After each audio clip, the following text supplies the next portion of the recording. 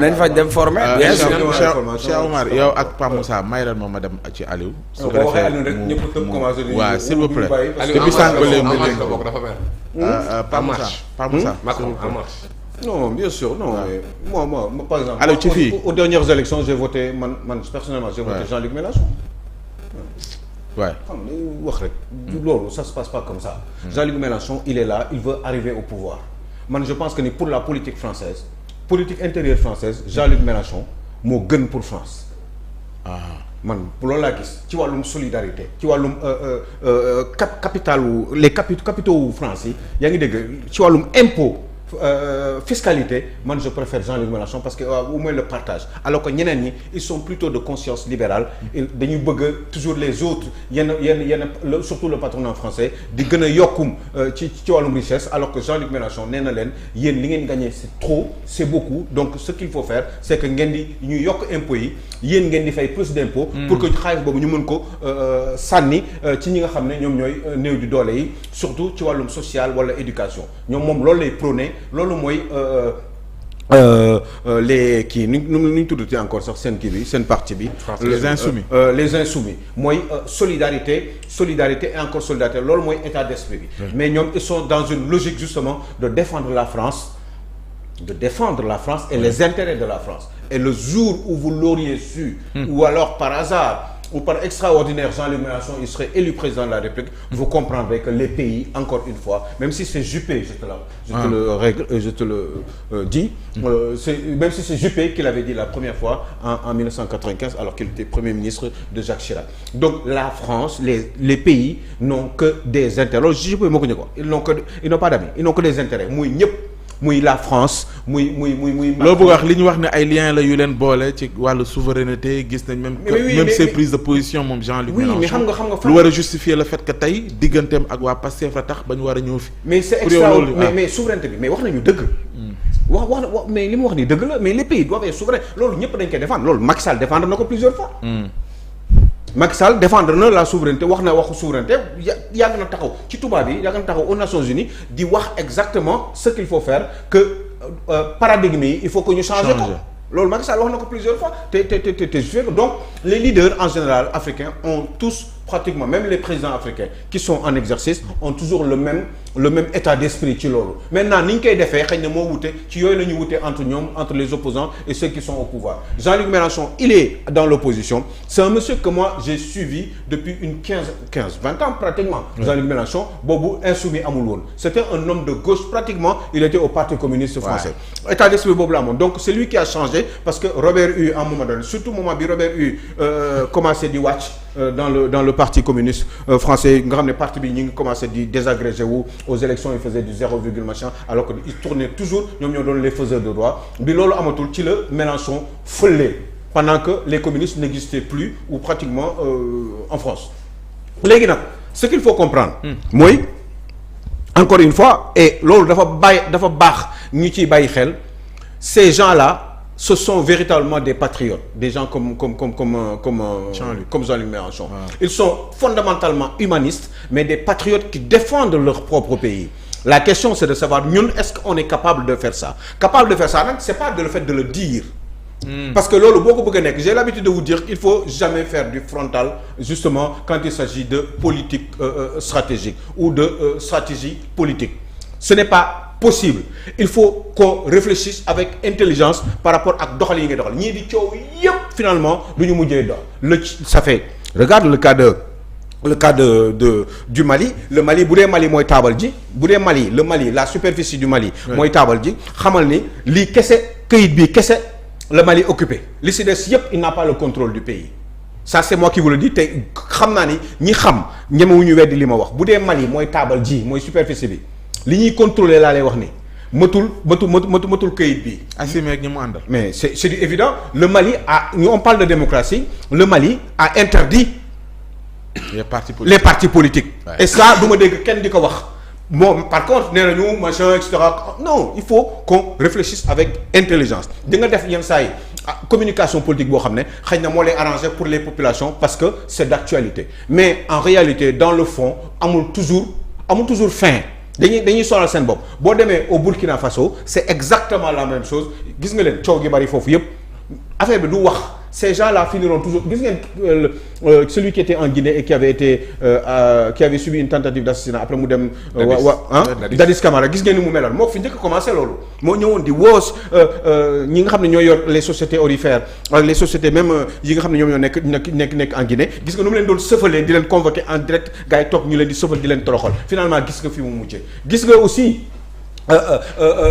au Mali en Guinée le Guinéen, le président guinéen actuellement, qui est venu ici au Sénégal, qui a été applaudi au CICAD dañ ko tàccu mais ce gars là mais ki ñu doon tàccu benn waay boo xam ne dafa def coup d'état il avait dit que ni du def 1 an te élection du am ça fait 3 ans que au Mali internet bi ngeen di wax ni dañ koy couper fii Sénégal Macky Sall ak ñoom kii coupé woon ko pendant une certaine période ñoom c'est en permanence la ñuy couper internet bi dans ce pays là tout le monde n'a pas le droit de dire ce qu'il veut dans ce pays là qui est la Guinée surtout que ce président guinéen nee naa la depuis ñetti at organisé wul ay élections présidentielles te bu élection bés bu ñu demee ba décider ko moom ci boppam dina def comme les autres il va être candidat dans ces élections là donc en réalité ça sert à rien d'en parler comme ça il faut qu'on réfléchisse sur comment on doit faire intelligemment pour fexe def en sorte que ñun suñu dëkk yi qu'on retrouve notre souveraineté. souveraineté boo ko bëggee doo ko wax initiative bi bàyyi ko ci Pastef ci njiit li Ousmane Sonko. mais loolu tàmbali annoncé tournée africaine ci réew yi ngay tudd nii certainement oui mais. D'abord. non déjà initiative boobu parce que bu ko bëggee def il me semble que ni Ousmane Sonko dafa ne man j'y vais pas en tant que premier ministre. J'y vais en tant que chef de parti. loolu moo ko fa yóbbu. sauf que ci mbir moomu dama si gis ñaari bémol.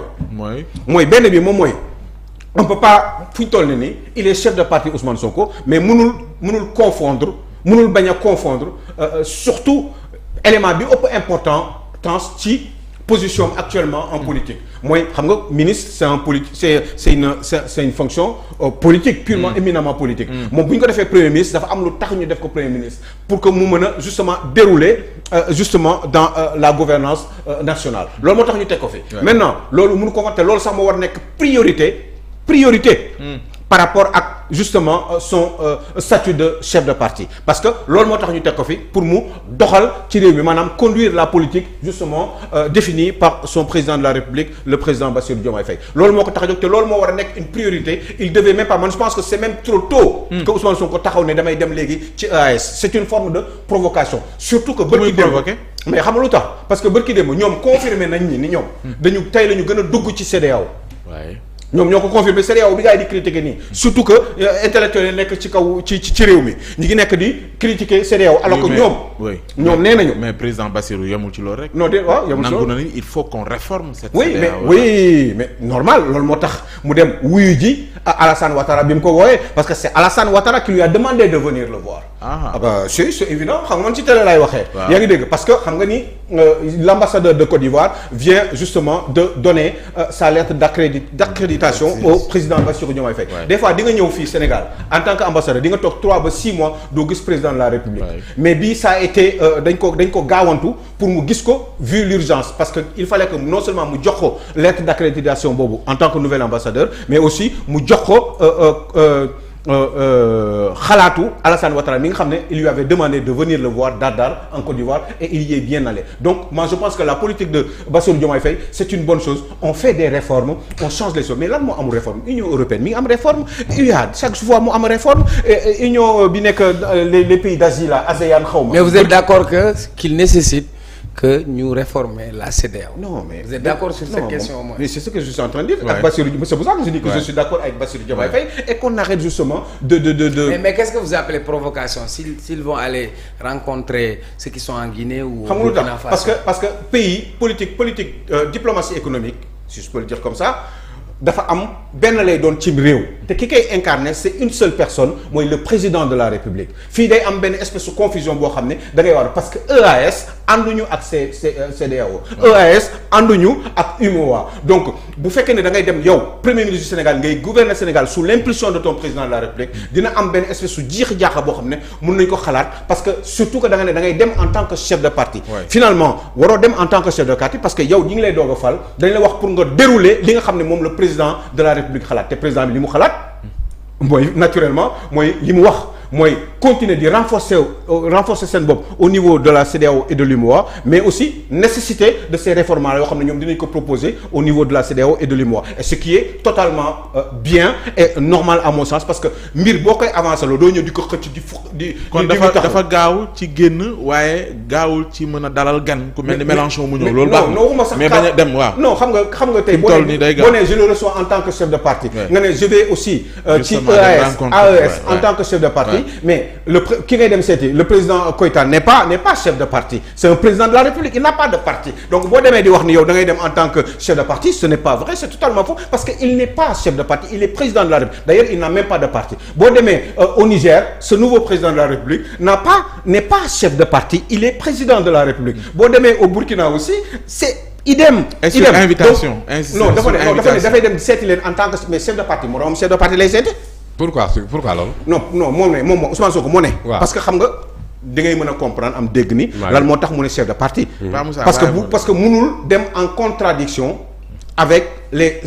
attitudes au donc, même moment. pourquoi nga jàppale chef de parti wala seeti chef d'état. non moom moo ne day dem seeti gars yi en tant que chef de parti. moom moo wax day dem seeti mais ñi muy seeti ñi ngay seeti c'est parce que chef de parti vous avez la même idéologie le même état d'esprit donc boo demee di leen seet kan ngay seet ki ngay seet du chef de parti. pourquoi mu war a doon chef de parti. non dama ne. ki ngay seet pourquoi dafa bëgg a wax ni ñi nga xam ne moom moo jiite réew mel ni Assimi Goïta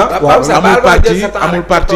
voilà amul parti li nga bëgg waaw moo gën quoi. Assimi Goïta amul parti le général Ibrahima Traoré amul parti ki nga xamante ne non le capitaine laa bëggoon amul parti. Doumbouya également amul parti surtout que ce sont des gens am nañu non seulement amuñu parti y en a un même nee naa la dafa éliminer parti politique yi dafa éliminer parti politique yi am na koo xam ne depuis 3 ans organisé wu ay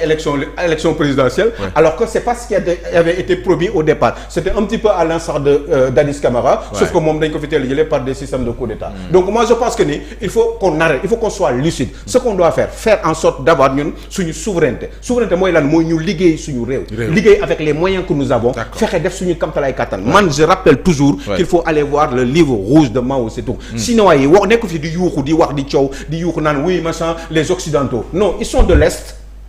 mais ils ont réfléchi ils se sont dit écoute ñun nii la ñu gisee Chine fii ak 10 ans fii ak 20 ans qu'est-ce qui s'est passé seen gis-gis boobu moom ki jiite woon loolu dafa mujjee dee 2 ans avant ki ko remplacé muy Deng Xiaoping quand il est arrivé il a exécuté li ñu bindoon ci ce petit livre rouge là qui fait à peu près 40 pages donc je vous dis que ni yii nii affaire bi du coow ay France nii ay machin la Russie les Russes ont des intérêts tout le monde reconnaît que les pays n'ont pas d'amis ils ont des intérêts les Russes quand ils viendront ici là parce que dafa am lu ñu soxla aussi ci Afrique te loolu ñu soxla ci Afrique aussi na ngeen ko reconnaître muy Russie muy France muy États-Unis muy Israël muy keneen les pays n'ont que des intérêts et ils défendent leurs intérêts à juste titre et ñun on doit faire exactement la même chose en ce taisant jarul yuuxu jarul wax jarul ay massa jarul oui Aliou da ngay def rek jàll ci leneen Pape Moussa ci li ñuy wax ni Mélenchon war a ñëw pour 4 jours oui mais je me demande